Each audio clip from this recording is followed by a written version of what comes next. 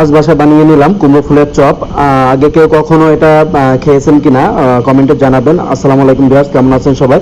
কি কি উপকরণ নিয়ে আসছি চলুন দেখে নেওয়া যাক। 1 কাপ পরিমাণ বেসন, 1 কাপ পরিমাণ চালের গুঁড়া, একটা ডিম, এবং এখানে আছে আপনার কর্নফ্লাওয়ার, এক চা চামচ পরিমাণ বেকিং পাউডার, গরম মশলা, রসুন, হলুদ, গুঁড়ামরিচ, লবণ, এগুলো নিয়ে নিয়েছি। এখন আমি ডিমটা একটু ফাটিয়ে নিচ্ছি।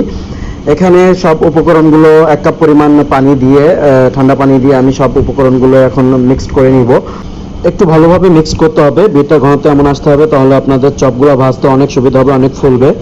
মিক্সারের ভিতর থেকে ফুলগুলা ডুবিয়ে ডুবিয়ে এখন তেলের উপরে ছেড়ে দিতে হবে। দেখেন আমি সবগুলা ফুল ডুবিয়ে তেলের উপরে ছেড়ে দিচ্ছি।